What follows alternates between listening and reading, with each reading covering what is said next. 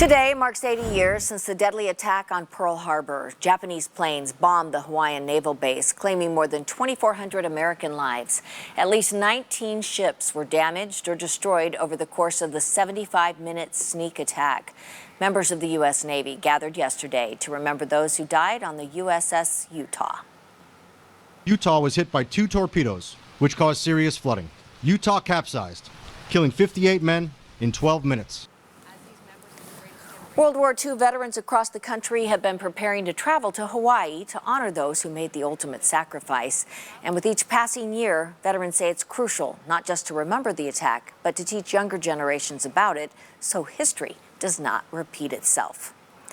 And today in St. George, American Legion Post 90 is holding a mostly silent wreath-laying ceremony at the Tonakent Cemetery at 8:48 a.m. It's the exact time of the attack 80 years ago. Veterans from 5 different branches of military service from throughout the community will participate. The public is invited. All right, take a look at an incredible shot from Steph Curry. His half-court heave ended the first quarter against the Orlando Magic. He just had the ball stolen the play before, and you can see he doesn't celebrate because he's still mad about getting the ball stolen. But Golden State has the best record along with Phoenix right now. Any wonder why? Well, Golden State back at it with their old habits from a few years ago. They've had a few bad years, not great years. That's because Steph Curry was out. And now he's back doing that, and he's amazing. A force to be reckoned with. Yeah. That should be a fun matchup to see, obviously, when they play the Jazz, and same with Phoenix, too. Exactly. Chris, good morning. Hey, good morning, everybody, from the Rose Shop in Sandy, where we are talking about roses, wreaths, poinsettias, and fun holiday gifts. Stay tuned. He's so soft. First, the effort that goes into stopping counterfeit goods from ruining your holiday. We continue to look at the 12 scams of Christmas next on Good Day Utah.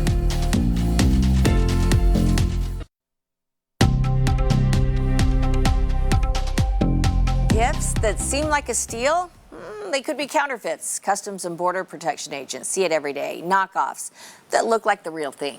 Well, they're actually poor quality products or even unsafe, so you might consider that a steal. Mallory Sofaste shows us how officers spot the fakes as we continue to count down the 12 scams of Christmas. By air and sea, anything shipped to consumers must first pass through Customs and Border Protection. Officers review manifests and invoices. If anything is off, that shipment is sent to a centralized exam station, like this one in the Port of Baltimore. Here we have a bunch of different commodities that come from all over across the world. Boxes that stretch the entire length of this building, carrying toys, car parts, and counterfeit goods. Officers seizing more than 26,000 shipments of counterfeit goods last year, valued at over $1.3 billion. Even though this packaging looks amazing, we don't know the ingredients that are inside, and if they're being produced somewhere where the supply chain isn't as secure and the ingredients going into the product are subpar, unknown, it poses a health and safety issue to the average consumer putting it on their lip. Manufacturers provide product guides and contacts, helping officers identify the knockoffs. There's supposed to be 3 points of contact, the D, the I, and the D. So yes, they hit that.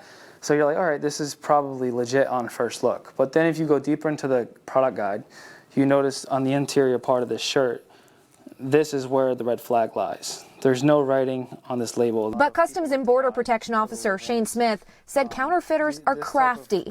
They learn these tells, then try to get around them. Counterfeiters have become so sophisticated, they're able to replicate the exact same packaging, even surpass certain security features, like these AirPods. You can feel they're raised. One giveaway, though, the serial number. They were the same on each package. Officers here also telling me that when they listened to them, they could tell the quality just wasn't there. And if the counterfeits are this good, you may be wondering, what's the harm in saving a few bucks? These items can retail for up to $2,000 to $4,000 MSRP value, and people sell them for maybe $700 or even $200. But again, you have to think about the livelihoods of the American people, the employees of these companies, and we have to protect our economy and have consumer confidence on what we're buying. Smith added that sending money to counterfeiters could be funding illegal activities, and cutting corners with safety regulations can cause harm to your health, home, or kids. If it's a choking hazard for a kid, that's an issue, and it could be seized or destroyed and not allowed for import.